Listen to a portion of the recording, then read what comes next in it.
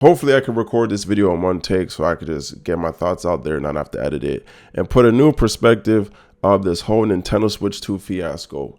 Stop complaining about Nintendo Switch 2 prices. My goodness, it is not that serious. This is a company. This is a business. Yes, gaming is fun, but at the end of the day, with any company, their main goal is profit and to make money.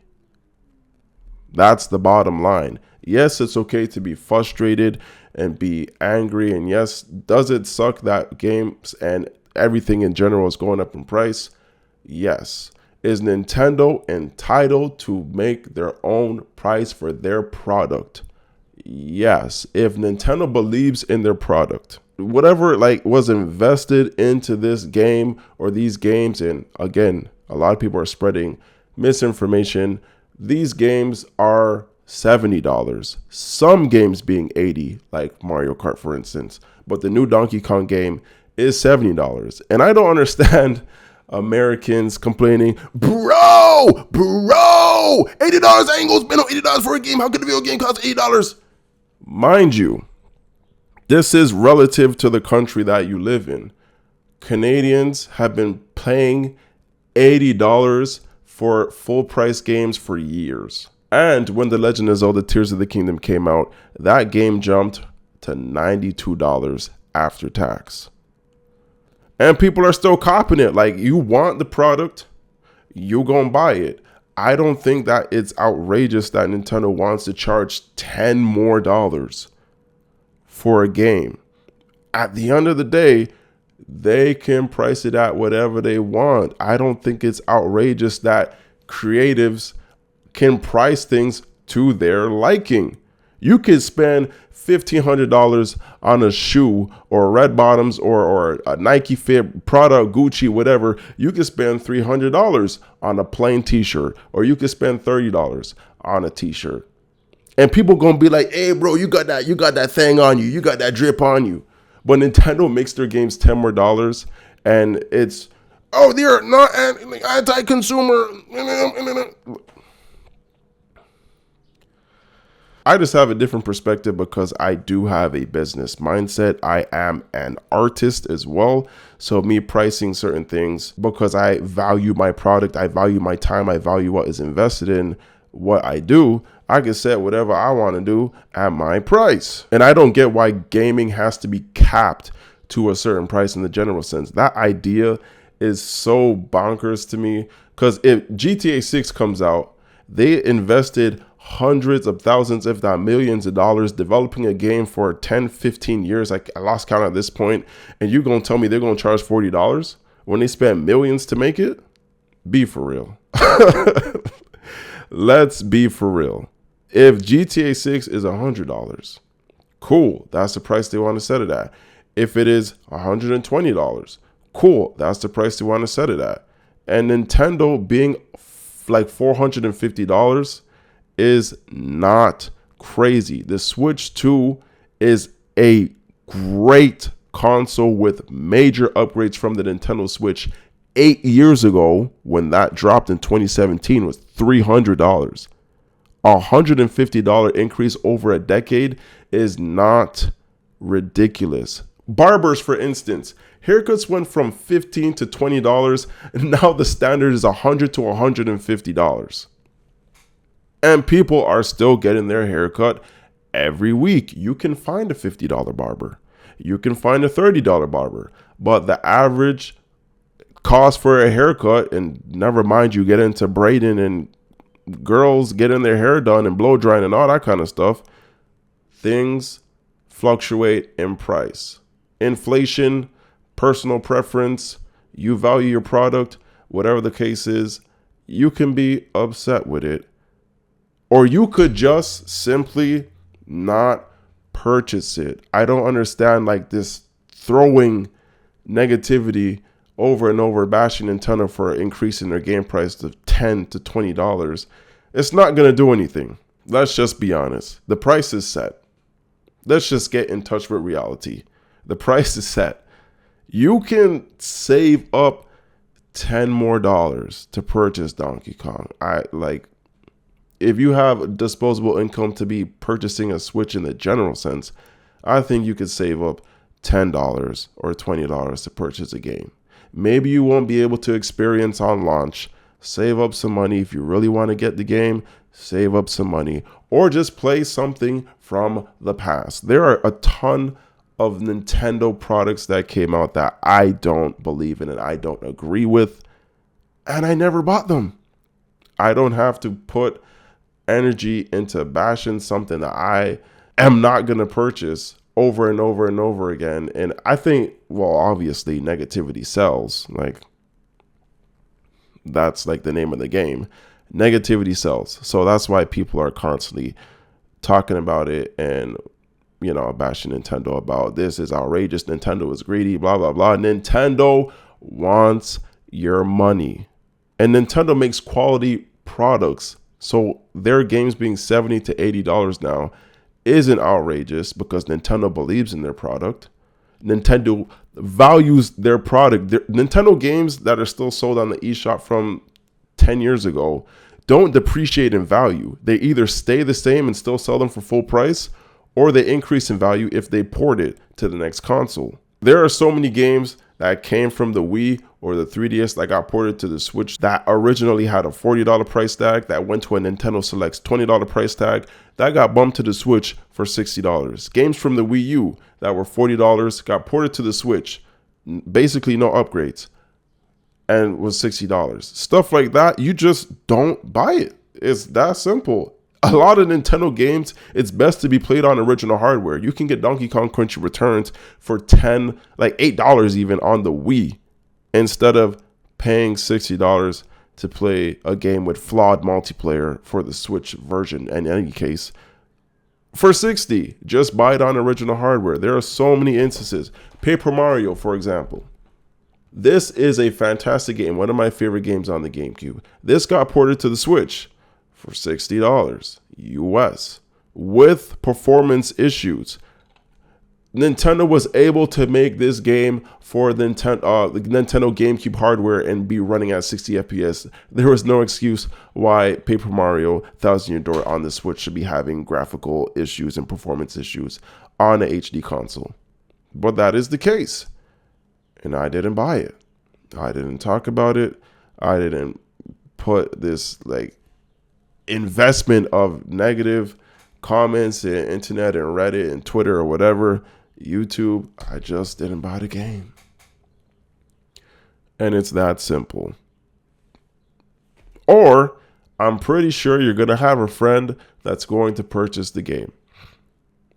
Go to a friend's house and use the new, well, not new, but the old DS multiplayer sharing with Mario Kart and play it from your original Switch connecting to your friend's Switch 2.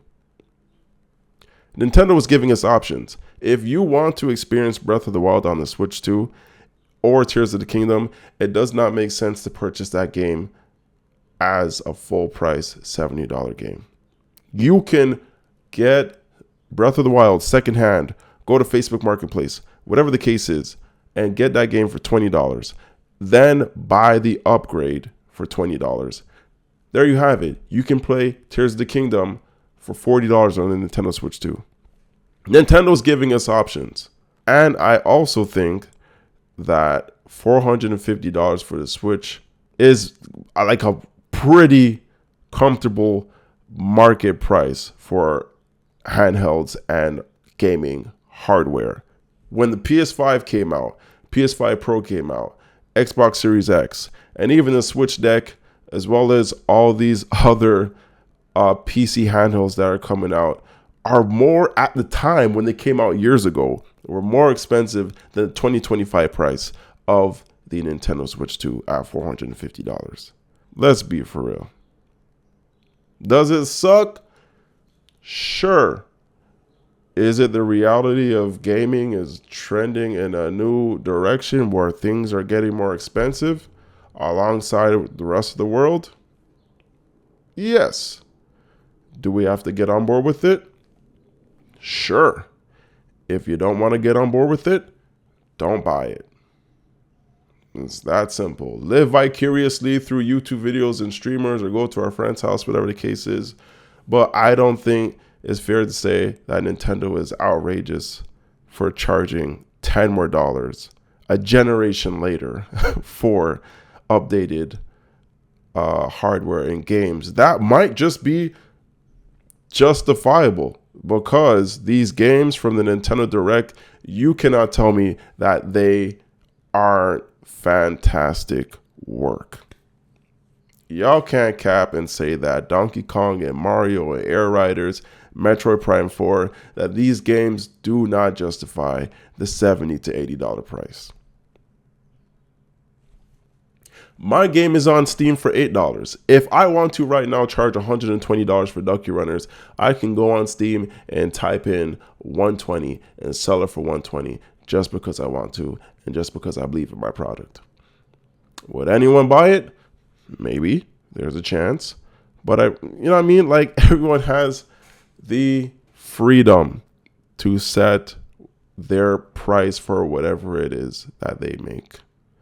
And that's it. That's the video. Like, I don't know what else to say. And if you can't afford these Nintendo games at the new Nintendo price, play indie games. That's an option. There are fantastic indie games that range from $10, if not under $10. But the standardized indie games are like $10 to $15, $20, $30. If you can't afford Super Smash Brothers or Smash Ultimate, buy Rivals of Aether 2. It's a fantastic Smash Brothers like game for $30. We have options. The indie scene is the most affordable gaming route right now. For any game that you see on the Switch 2 that you can't afford, there is an indie game replacement that is either directly inspired by Nintendo or just completely, got that originality to it, ranging from $10 to $30. Play indie games.